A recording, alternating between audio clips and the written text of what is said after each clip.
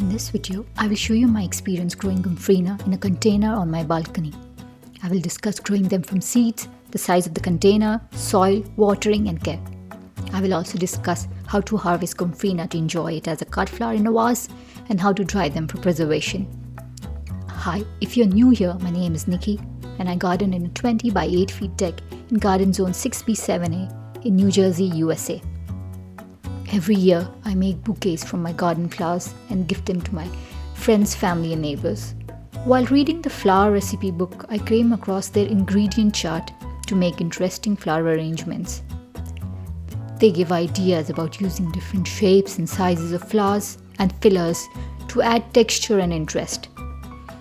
This chart is viewable as a free sample on Amazon and worth checking out. I went through my seed collection and picked up all plants of interesting shapes in the same color family. I decided to grow the Globosa mix from Baker Creek seeds. I used my no-fuss seed startup indoors. Germination is slow and can take from 2 to 4 weeks. So it was a lot of waiting and hoping I planted enough seeds to fill a large container. I usually plant all my seedlings around May 15, so I start by hardening them off slowly for 3 to 4 days.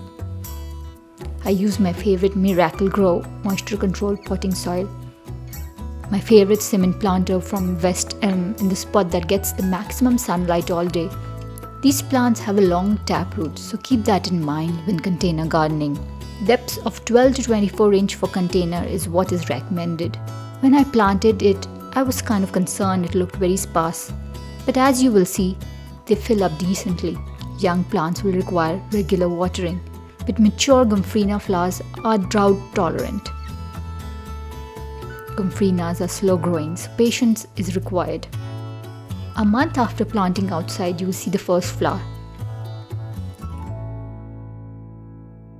No fertilizer is recommended, and I did not fertilize it at all during the entire season. 2 months after planting is when the container filled up with plenty flowers in all the promised rosy color range. The globes are long-lasting flowers in the plant. They are stiff and papery like those of straw flowers.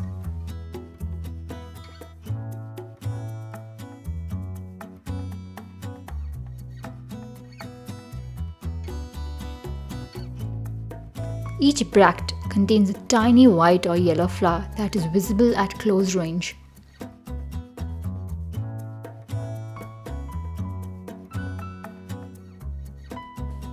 The first bouquet to give away was as pretty as I imagined. Using interesting shapes, textures and sizes of flowers and fillers did indeed make my humble balcony bouquet look a lot more delightful.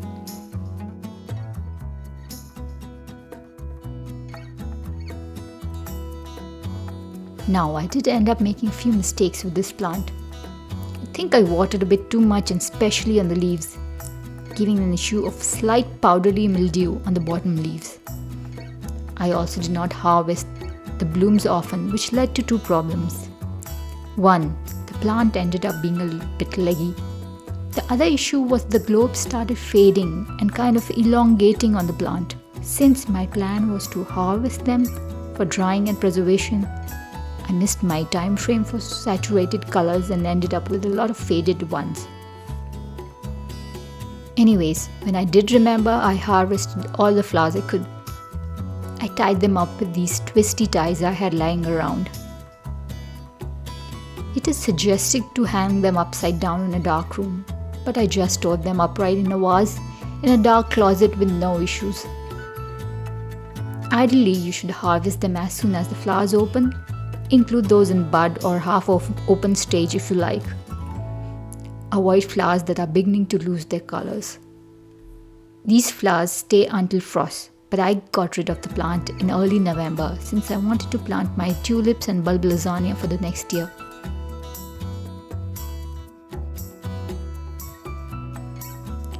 Do try these interesting shaped flowers in your garden and for your bouquets. I love them so much, this year I planted orange and carmine colored ones.